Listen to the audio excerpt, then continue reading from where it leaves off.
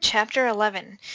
If you've ever seen the movie The Core, which I'm sure all of you will now run out and rent The Core, but there's one line that says something along the lines of space is easy, space is empty.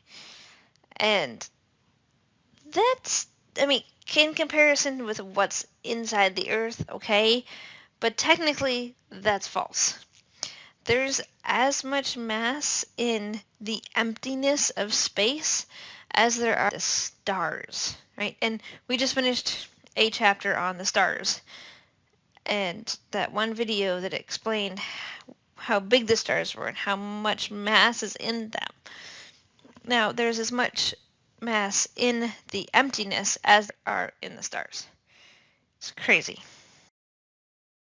So when we look up in the sky and we see stars, right, we see the little dots and you can make out constellations and whatnot, right? Now you can think about colors and all that fun stuff. But you look at the other parts and you don't see anything, it's black. You're like, oh, there's nothing there. Wrong. It's not that there's nothing there. It's that there's matter there that's blocking out the light from other stars that, well, because it's blocking out the light, we can't see. So there's matter there blocking light, and that's why it looks black. All right, so what is this matter that there's so much of that's everywhere? Well, it's gas and dust. Now, what do we mean by gas and dust? Not gas is gas, individual atoms or molecules, hydrogen or helium, and a bunch of other stuff, right? But 1% of other stuff. So basically, everything out there is hydrogen and helium. Whoa, that's just crazy to think about. Stars are made up of hydrogen and helium. The Jovian planets are hydrogen and helium. And now the stuff in between all the stars is hydrogen and helium. Now, it's not just gas that's out there, there's dust out there. Well, what do we mean by dust? And it's not the dust bunnies you may find hiding around my house or your house. I'm sure your house is clean, it's just my house. What they refer to as dust is actually just molecules.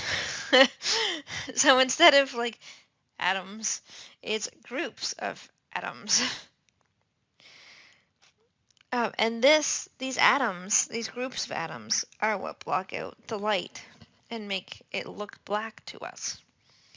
We don't really know what are in this dust, but we think it's other elements that combine together. So silicon, carbon, iron, could be ice, could be methane, just a bunch of different atoms grouped together or molecules grouped together.